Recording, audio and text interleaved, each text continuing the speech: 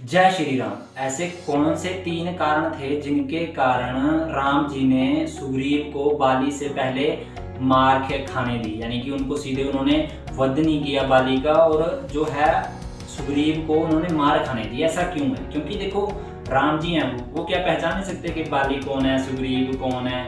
और बाली के पास तो उनके पिता का जो दिया हुआ पेंडेंट उनके गले में था, जिससे मतलब पता लग रहा था कि ये बाली है। पर लेकिन राम जी ने फिर भी उनको नहीं मारा। ऐसा क्यों?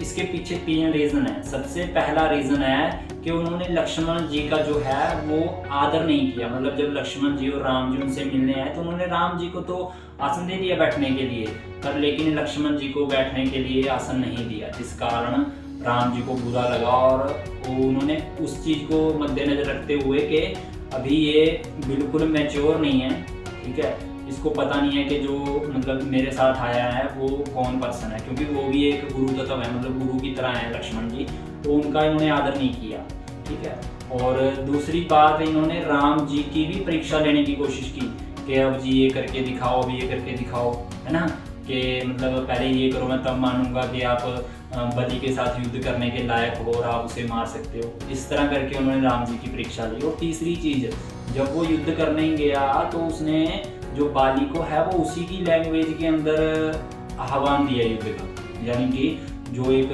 मूर्ख व्यक्ति की लैंग्वेज होती है या फिर एक अहंकार होता है, उसके अंदर उन्होंने उसके युद्ध के लिए पुकारा बाली को।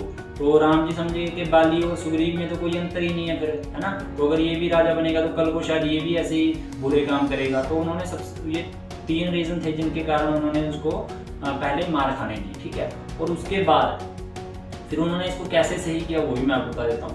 पहले जब ये चीज़ सारा कुछ हो गया तो उन्होंने उसको बता दिया कि मैंने तो आपको इसलिए नहीं उसको तीर चलाया क्योंकि मुझे पहचान नहीं पाया कि बाली कौन है, सुग्रीव कौन है। पर लेकिन जब उन्होंने कहा कि अब तुम जाओ और राम जी से हाथ डलवा के जाओ, तब मैं पहचान जाऊंगा कि आप सुग्रीव हो। तो जब इस तरह जब वो हाथ डलवाएगा तो बंदे को झुकना पड़ेगा, तो फिर वो उन्होंने लक्ष्मण के सामने उनको झुका दिया, ठीक है। और दूसरी चीज़, उन्होंने जब अपना उसके बाद जब वो जाने लगा युद्ध के लिए, मतलब जब सुग्रीव युद्ध के लिए जा रहा था तो युद्ध को जाते जाते उसके मन में डाउट आया कि कहीं फिर मैं ही तो नहीं मार खा के वापस आ जाऊंगा। तो वो राम के चरणों में आके गिर गए कि प्लीज़ इस बार ऐसा मत करना कि मुझे वहाँ मार खानी पड़े, अब की बार मैं सह भी नहीं पाऊंगा।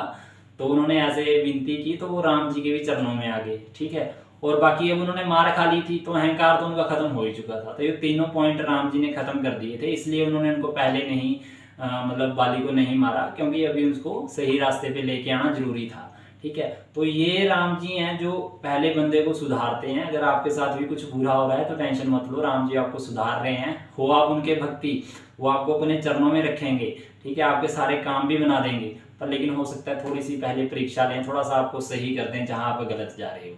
जय श्री राम।